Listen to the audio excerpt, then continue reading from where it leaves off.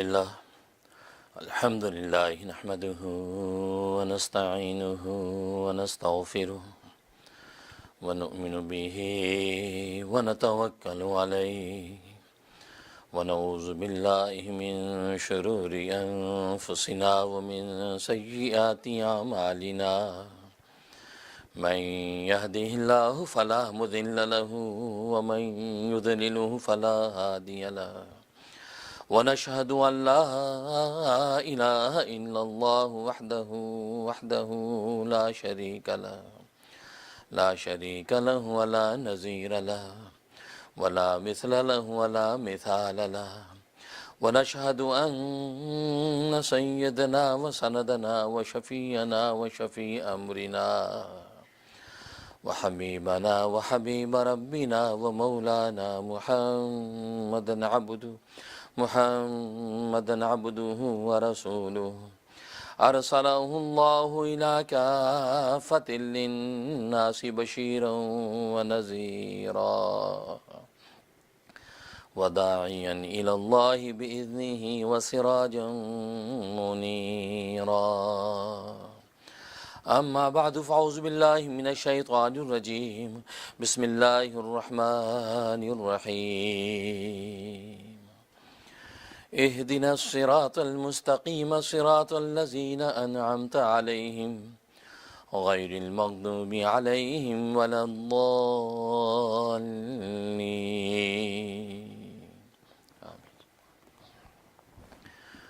بزرگان محترم، برادران عزیز اور میری اسلامی بہنیں، اللہ تبارک و تعالیٰ کا احسان ہے کہ آج ہمارے درس تفسیر قرآن کا تیسرا درس ہے۔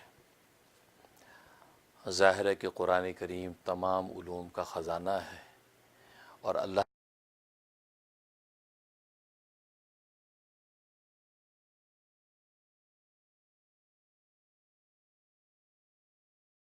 آتا ہے کہ آسمانی جتنی بھی کتابیں اللہ تبارک و تعالی نے نازل کی ہیں، ان تمام کی علوم و معارف اللہ تبارک و تعالی نے قرآن کریم میں بند کر دی ہیں، اور قرآن کریم کے تمام علوم و معارف کو سورۃ بقرہ میں بند کر دیا ہے، اور سورۃ بقرہ کے تمام علوم و معارف سورۃ فاتحہ میں بند کر دیے ہیں، اور سورۃ فاتحہ کے تمام علوم و معارف کو بسم اللہ الرحمن الرحیم میں بند کر دیا ہے، اور بسم اللہ الرحمن الرحیم کے تمام علوم و معارف کو بسم اللہ کے اسم میں بند کر دیا ہے، اور اسم کے تمام علوم و معارف کو بسم اللہ کی با میں بند کر دیا ہے، اور با کے سارے علوم اللہ تبارک و تعالی نے با کے نقطے میں بند کر دیا ہے۔ العلم نقطۃ، علم ایک نقطے کا نام ہے۔ اور قرآن کریم میں اللہ تبارک و تعالیٰ کے ارشاد ہے کہ فیہا کتب قیمہ، کہ اس قرآن کریم میں تورات و انجیل، صحائف شیس، صحائف ابراہیم، جتنی بھی آسمانی کتابیں اور صحیفے نازل ہوئے ہیں، سب کے علوم و معارف اللہ تبارک و تعالیٰ نے اس قرآن میں بند کر دی ہے۔ تو اس لیے قرآن عظیم الشان منبع ہدایت ہے۔ اس لیے عبداللہ بن مسعود رضی اللہ تعالیٰ فرماتے ہیں کہ اگر کوئی شخص چاہتا ہے کہ علم کی منازل کو طے کروں تو فرمایا کہ وہ قرآن کریم کے علم کو حاصل کرے، اس لیے کہ قرآن کریم کے ایک ایک نقطے کے اندر اور ایک ایک حرکت و سکون کے اندر وہ علوم و معارف ہیں کہ جس کی کوئی نظیر نہیں ہے۔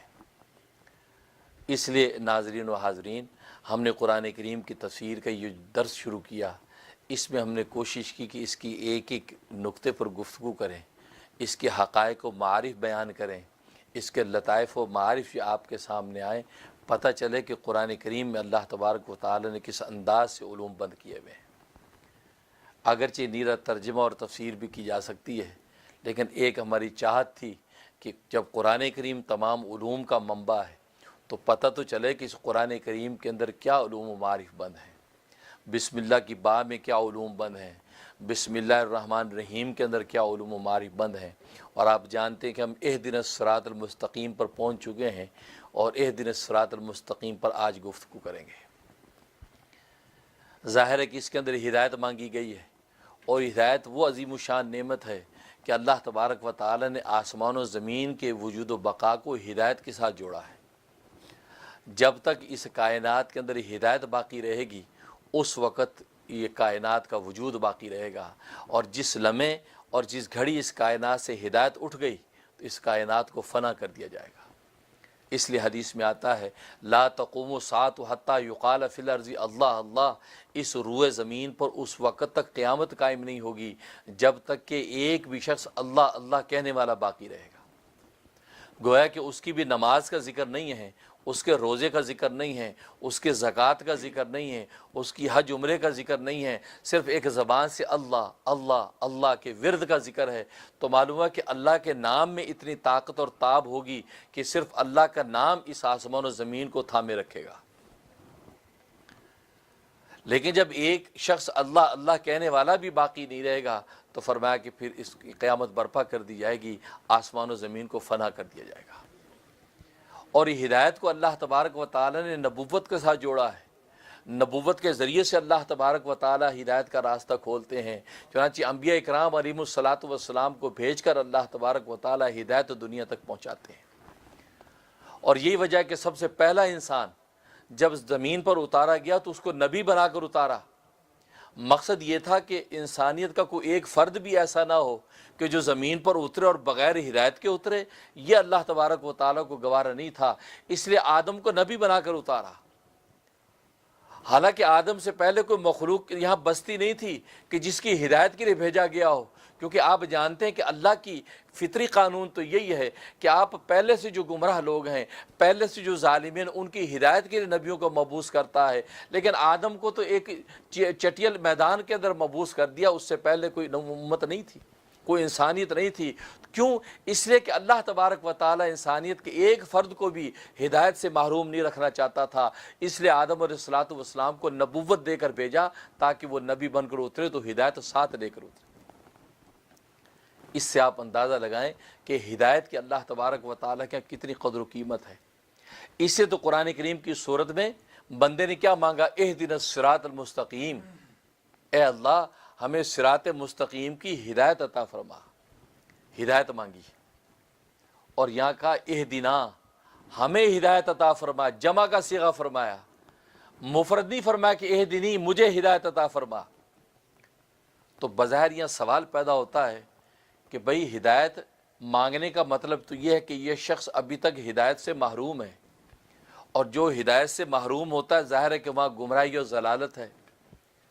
تو یہ عنوان انسان اپنی ذات کے لیے تو اختیار کر سکتا ہے کہ اہدینی، کہ مجھے ہدایت عطا فرما، میں گمراہ ہوں، میں گناہ گار ہوں، مجھے سیدھا راستہ دکھا دیں، لیکن دوسروں کی طرف گمراہی کی نسبت کرنا تو اس کا حق نہیں بنتا، کیونکہ اہدینا میں تو یہ کہہ رہا ہے کہ ہم سب کو ہدایت عطا فرما، تو گویا کہ وہ یہ کہنا چاہتا ہے کہ کسی کے پاس بھی ہدایت نہیں ہے، سارے گمراہی کے راستے پر ہیں۔ تو یہ ایک برا عنوان کسی دوسرے کے بارے میں کہنے کا تو اس کو حق نہیں پہنچتا۔ ہاں اپنے بارے میں کہہ جی اللہ مجھے ہدایت دے کیونکہ میں گناہ گار ہوں۔ تو یہاں اہدینا جمع کا صیغہ کیوں استعمال فرمایا؟ یہ سوال آپ کو سمجھ میں آ گیا؟ آپ بیدار رہیں گے انشاءاللہ باتیں سمجھ میں آئیں گی۔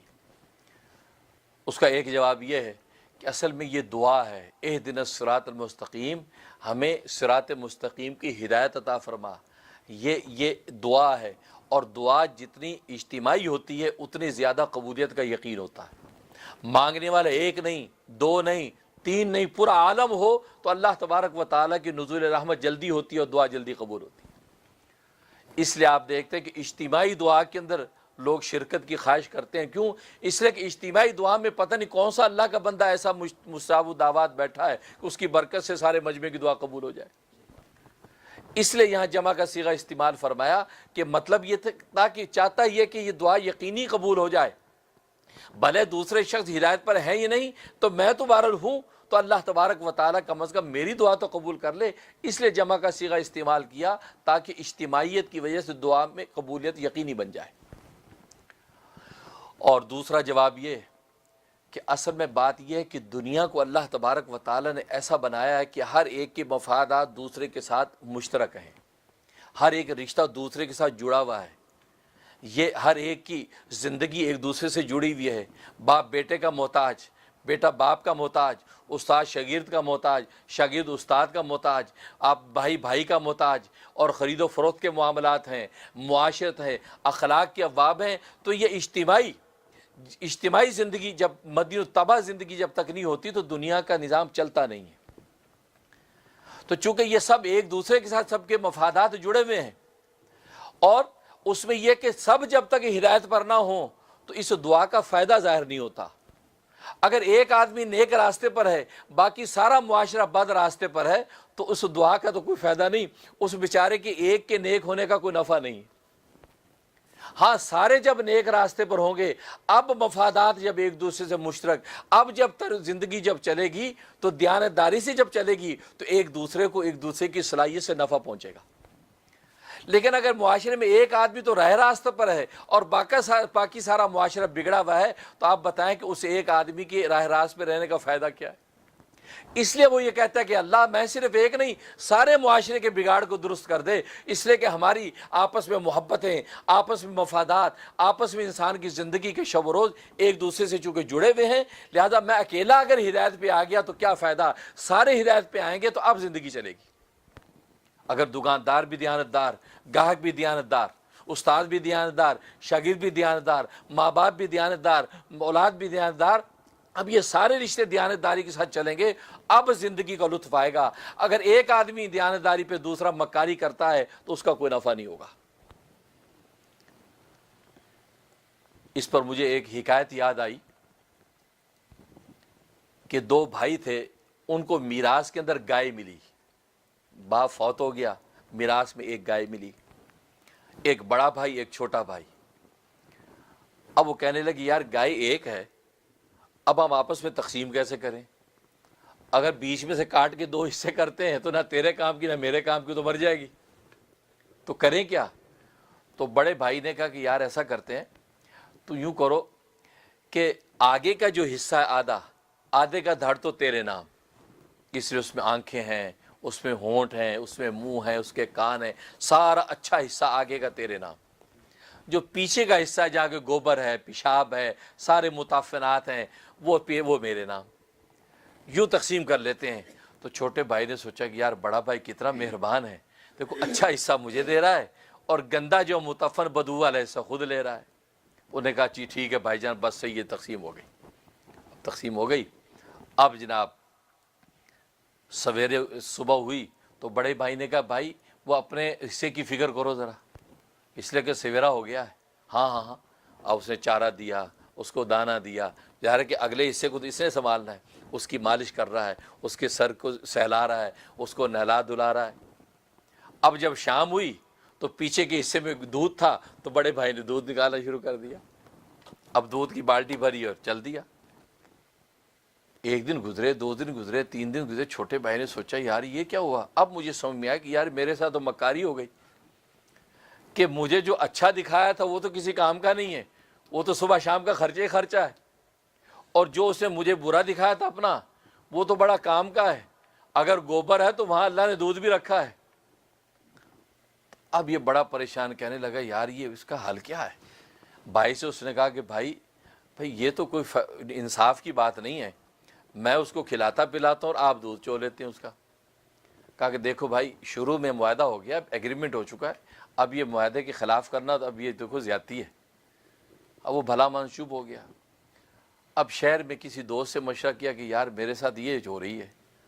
اب آپ کو تو چکو دیہاتوں کے اندر ایک آدمی ہوتا ہے جو سارے دیہات کو مشورے دیتا ہوتا ہے، وہ پورے شہر کا مشیر ہوتا ہے، ہر بندہ اس سے مشورے کرتا ہے۔ اب اس سے مشورہ کیا کہ یار میں کیا کروں؟ اس نے کہا بڑا آسان طریقہ ہے، تم ایسے کرو، آئندہ جب وہ دودھ جو ہے وہ دھونے لگے تو تم چھڑی لے کے گائے کے منہ پہ مارنا۔ اب وہ تیرا بھائی جب اعتراض کرے تو کہنا بھائی میں اپنے حصے پہ مار رہا ہوں، میری مرضی، میں جتنا ماروں تمہیں کیا ہے؟ اب جب تم منہ پہ مارے گا تو وہ ٹانگ مارے گی تو اسے دودھ نہیں دے گی۔ اور آپ جانتا ہے کہ گائے بھینس آپ جو رکھنے والے جانتے ہیں کہ جب تک اس کو اچھا سہلائیں نہیں، اس کو سکون نہ ملے تو وہ دودھ نہیں دیتی، وہ تو ڈنگا چھڑا لیتی ہے۔ اب اسے یہی کیا کہ اگلے دن جیسے دودھ کا وقت آیا تو اسے چھڑی لے کے اس کے گائے کے منہ پہ مارنا شروع کی۔ اب جب مارنا شروع کی، گائے نے ٹانگیں ماری، اس کا ڈھنگا بھی چھڑوایا اور بالٹی بھی ہو گئی۔ اور بھائی نے کہا کیا کر رہے ہو یار؟ کہتا نہیں میں اپنے حصے پہ کر رہا ہوں جو کر رہا ہوں، آپ اپنے حصے پہ کریں جو کرنا ہے، میں آپ کو تو نہیں ڈسٹرب کر رہا۔ تو بھائی کو بات سمجھ میں آ گئی، بڑے بھائی نے کہا بھائی معاف کرو، تو یار آج سے کے بعد مل جل کے کرتے ہیں، آدھا دودھ تمہارا آدھا ہمارا۔ اب دیکھو جب تک ایک رائے راست پر ہے دوسرا رائے راست پہ نہیں ہے تو زندگی کی گاڑی چل نہیں رہی۔ اس لیے فرمایا کہ اہدنا الصراط المستقیم، اے اللہ ہم سب کو ہدایت دے، تاکہ زندگی کی گاڑی تو ایک دوسرے سے جڑی ہوئی ہے، اگر سارے ہدایت پہ نہیں ہوں گے تو پھر ایک کی ہدایت کا کوئی فائدہ نہیں ہے، دعا اگر میرے حق میں قبول بھی ہوگی تو نفع کیا ہے؟ اس لیے جمع کا صیغہ استعمال فرمایا کہ اہدنا الصراط المستقیم۔ اور تیسرا جواب یہ کہ اس کے اندر یہ بتلایا کہ نفسہ نفسی اور خود غرضی اچھی چیز نہیں ہے، کہ ہدایت جیسی دولت آپ اللہ سے سمیٹے اور دوسروں کے لیے نہ مانگیں تو یہ خود غرضی کی بات ہے۔ لہٰذا یہ عظیم الشان دولت جب اللہ سے مانگے تو کہے اہدنا الصراط المستقیم، اے اللہ ہم سب کو یہ ہدایت عطا فرما، مطلب یہ ہدایت کی دولت نہ صرف مجھے بلکہ میرے بھائی بندوں کو بھی دے، معاشرے کو دے، ساری انسانیت کے ہر فرد کو اے اللہ ہدایت کی دولت کو بانٹ۔ یہ ہے کمال مومن کا کہ وہ صرف اپنی ذات تک نہیں بلکہ دوسروں کی بھی فکر کرتا ہے، دوسروں کی بھی فکر کرتا ہے کہ تاکہ دوسروں تک بھی ہدایت کی دولت پہنچے۔ اس لیے جمع کا صیغہ استعمال فرمایا کہ اہدنا الصراط المستقیم، ہمیں صراط مستقیم کی ہدایت عطا فرما۔ اس کے بعد فرمایا کہ صراط المستقیم، صراط کا لفظ استعمال فرمایا، ہمیں صراط کا معنی راستہ، اور عربی میں اس کے لیے دوسرا ایک لفظ استعمال ہوتا ہے طریق، اور آپ جانتے ہیں کہ طریق بڑا عام لفظ ہے، بڑا سلیس اور سادہ لفظ ہے طریق۔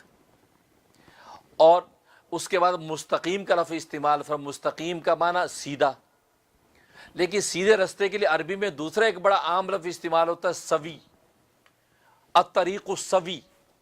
تو جو ایک عام لفظ تھا قرآن کریم اگر اس کو استعمال کرتا تو بہت ایزیلی سمجھ میں آتا ہے اہدنا الطریق المستوی، کہ سیدھے راستے کی ہمیں ہدایت عطا فرما۔ لیکن اللہ تبارک و تعالی نے طریق کی جگہ پر صراط کا لفظ استعمال فرمایا اور سوی کی جگہ پر مستقیم کا لفظ استعمال فرمایا، اس میں کیا راز ہے؟ اللہ اکبر، سبحان اللہ، اللہ تبارک و تعالی کے کلام کے راز عجیب ہیں۔ اصل میں صراط کا لفظ ذکر کر کے اللہ نے پل صراط کی طرف اشارہ کیا، پل صراط کی طرف اشارہ کیا ہے کہ کل روز قیامت میں پل صراط جب جہنم کے اوپر سے گزرے گا، اور حدیث میں آتا ہے کہ وہ پل ہے کہ جو جہنم کے اوپر سے گزرتا ہوا جنت کے اندر داخل ہوتا ہے، اور اس کے اوپر سے انسان گزریں گے، اور جو گناہگار ہوں گے، اللہ اکبر، فرمایا کہ جہنم کے اندر سے لوہے کے بڑے بڑے آنکڑے وہ ان کو اچک اچک کے جہنم کی آگ میں ڈالیں گے، کفار و مشرکین کو اچک اچک کے آگ میں ڈالیں گے۔ اور فرمایا کہ اپنے ایمان اور اعمال کے مراتب کے اعتبار سے کوئی بجلی کی تیزی سے گزرے گا، کوئی ہوا کی تیزی سے گزرے گا، کوئی تیز رفتار گھوڑے کی تیزی سے گزرے گا، کوئی تیز رفتار دوڑ کی تیزی سے گزرے گا۔ ہر آدمی اپنے ایمان اعمال صالح کے اعتبار سے اس کو عبور کریں گے، اور وہ جہنم کے اوپر ہوگا وہ پل صراط، اور جو گنہگار ہوں گے وہ کٹ کٹ کے اندر جہنم میں گرتے جائیں گے۔ تو اللہ تبارک و تعالی نے صراط کا لفظ ذکر کر کے اشارہ اس بات کی طرف کر دیا کہ دنیا کے اندر جب تم ہدایت کے راستے پہ چلو گے، شریعت حقہ کے راستے پہ چلو گے، تو وہ جو راستہ ہے آخرت کا وہ چلنا تو اور گزرنا تمہارے لیے آسان ہو جائے گا۔ اگر دنیا کے اندر تم شریعت اور ہدایت کے راستے پر نہ رہے تو فرمایا کہ اب وہ آخرت میں جو پل صراط کا راستہ ہے تمہارے لیے دشوار ہو جائے گا، اور وہاں تم کٹ کر جہنم میں گر سکتے ہو۔ اس لیے پل صراط کو ذکر کر کے بندے کو فوراً متنبہ کر دیا، اوہو دنیا کی اس ہدایت کے راستے پہ چلنا میرا ضروری ہے، ورنہ آخرت کے اندر پل صراط کا راستہ گزر نہیں سکے گا۔ اس لیے صراط کا لفظ ذکر فرمایا۔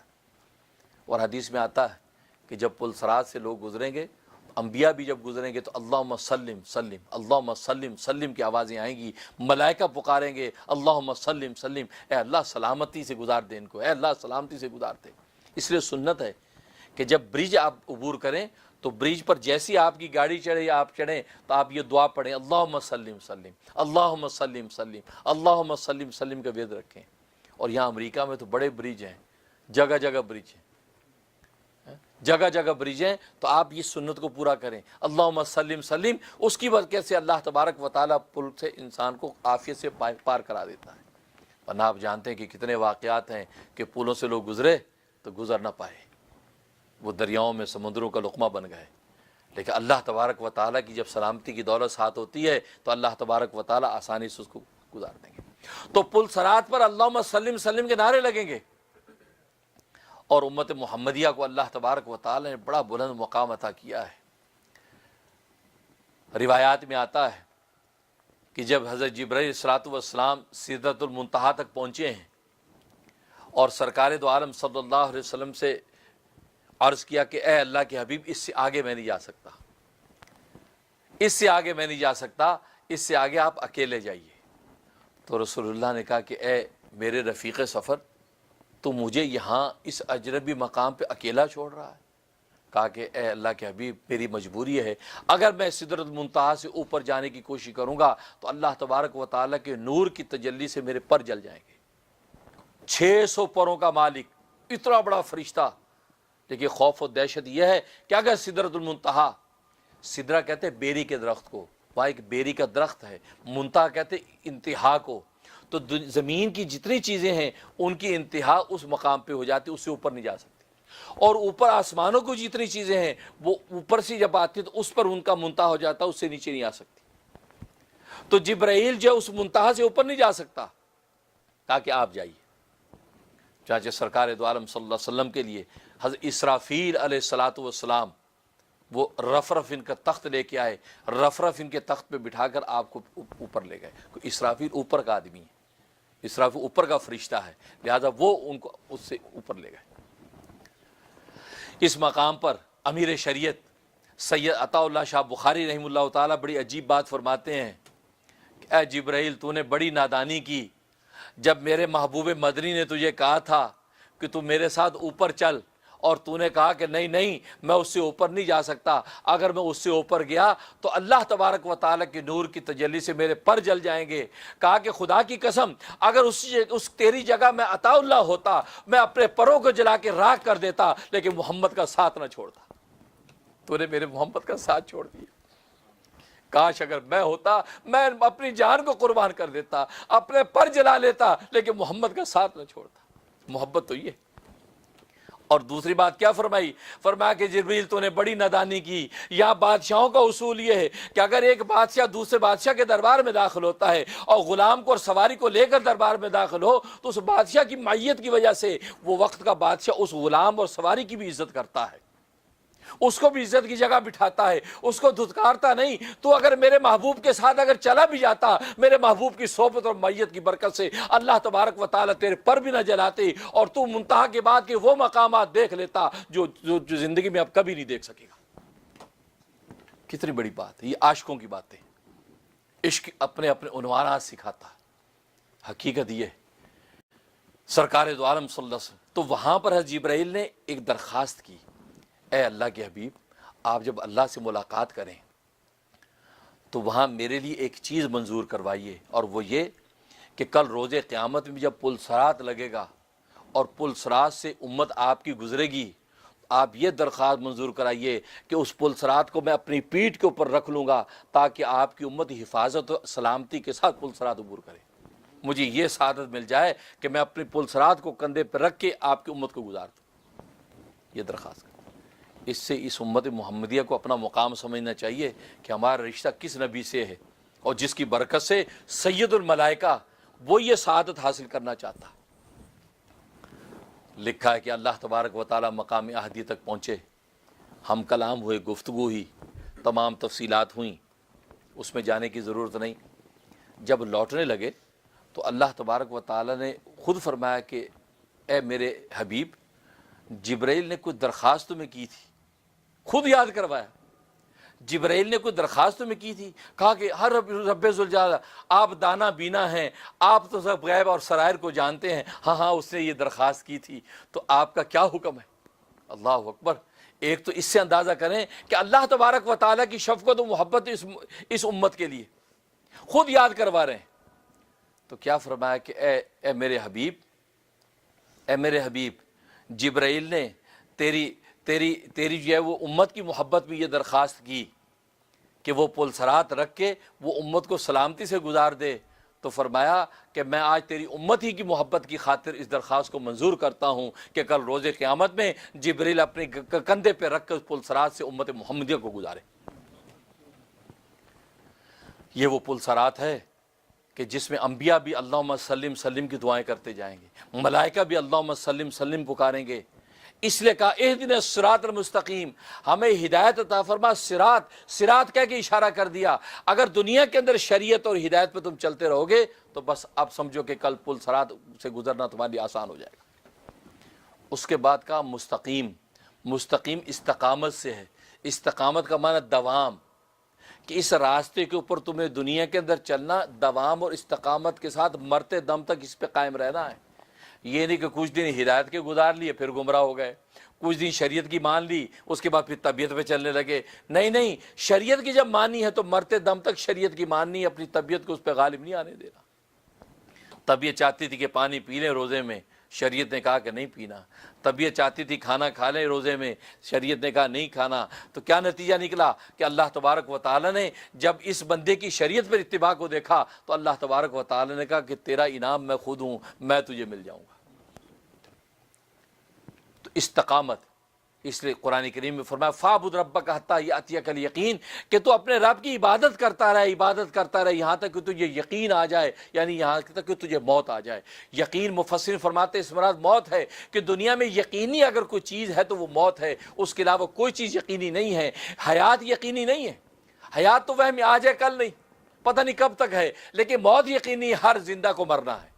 کل نفس ذائقۃ الموت، اس لیے فرمایا کہ موت چونکہ یقینی ہے، فرمایا مرتے دم تک کا وظیفہ ہے، مرتے دم تک تو اللہ تبارک و تعالیٰ کی عبادت کرتا رہے اور کسی وقت بھی تخلف نہیں آنا چاہیے عبادت۔ تو یہ دوام اور استقامت جب رہے گی، اس دوام اور استقامت کے نتیجے میں اب فرمایا کہ اب تیرے لیے آخرت کے اندر پل صراط کا راستہ آسان ہوگا۔ اس لیے فرمایا اہدنا الصراط المستقیم، کہ ہمیں ہدایت عطا فرما صراط مستقیم کی، کہ ہم جو سیدھے راستے پر چلتے رہیں۔ اس لیے استقامت، اس لیے مثل مشہور ہے الاستقامت فوق الکرامہ، کہ استقامت کرامت سے بھی اوپر کی چیز ہے۔ اولیاء اللہ کو اللہ تبارک و تعالیٰ کرامتیں عطا فرماتے ہیں، خرق عادت چیزیں ان کے ہاتھ پہ ظاہر ہوتی ہیں۔ اگر خرق عادت چیز نبی کے ہاتھ پر ظاہر ہو اس کو معجزہ کہتے ہیں، اور اگر خرق عادت چیز ولی کے ہاتھ پر ظاہر ہو تو اس کو کرامت کہتے ہیں۔ تو فرمایا کہ استقامت ایسی کرامت ہے کہ اس کے نظیر کی کوئی کرامت بھی نہیں، کیونکہ ایک آدمی پوری زندگی اللہ تبارک و تعالیٰ کی شریعت کی اتباع کرتے ہوئے سرکار دو عالم صلی اللہ علیہ وسلم کی سنتوں پر چلتے ہوئے گزار دے، فرمایا اس سے بڑی کرامت اور کوئی نہیں ہو سکتی۔ کیونکہ انسان کا نفس ہے، بہیمیت ہے، حیوانیت ہے، انسان کے اندر ایسے قوا ہیں، ایسی شہوتیں ہیں کہ انسان کو شریعت کے راستے سے ڈگمگا دیتی ہیں، لیکن یہ بندہ پوری استقامت کے ساتھ اس کے اوپر چلتا چلا جا رہا ہے۔ فرمایا کہ یہی کمال ہے اس انسان کا کہ وہ پوری استقامت کے ساتھ اس دین پر جب چلتا ہے تو اللہ تبارک و تعالیٰ دنیا کے اندر طمانینت قلب کی دولت سے مالا مال کرتے ہیں، اور آخرت میں اللہ تبارک و تعالیٰ اس کو پل صراط سے آسانی سے گزار کر اپنی نعمتوں کی جنت میں داخل کر دیں گے۔ تو ناظرین و حاضرین، یہاں تک یہ مضمون پورا ہوا۔ انشاءاللہ اگلے درس تک کے لیے اجازت دیجیے۔ اللہ تبارک و تعالیٰ آج ہمارا بیٹھنا سننا سنانا قبول و منظور فرمائے۔ اگر اس میں کوئی کمی کوتاہی ہو گئی ہے اللہ تبارک و تعالیٰ اس کو معاف فرمائے۔ وآخر دعوانا ان الحمد للہ رب العالمین۔